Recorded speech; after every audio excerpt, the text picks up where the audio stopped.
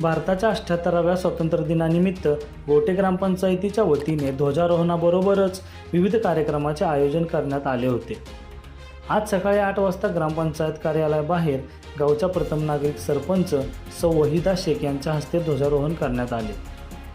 ध्वजारोहणानंतर ग्रामपंचायतीमार्फत सर्वांना खाऊचे वाटप करण्यात आले। गावातील जिल्हा परिषद प्राथमिक मराठी शाळा व उर्दू शाळा, अंगणवाडी आणि कृतिसंगम विद्या मंदिर गोटे या शाळेच्या विद्यार्थी व शिक्षकांबरोबरच सरपंच, उपसरपंच, सर्व आजी माजी ग्रामपंचायत सदस्य, ग्रामस्थ, माजी सैनिक, आशा सेविका, अंगणवाडीतील शिक्षक यांनी मोठ्या संख्येने सहभाग नोंदवला।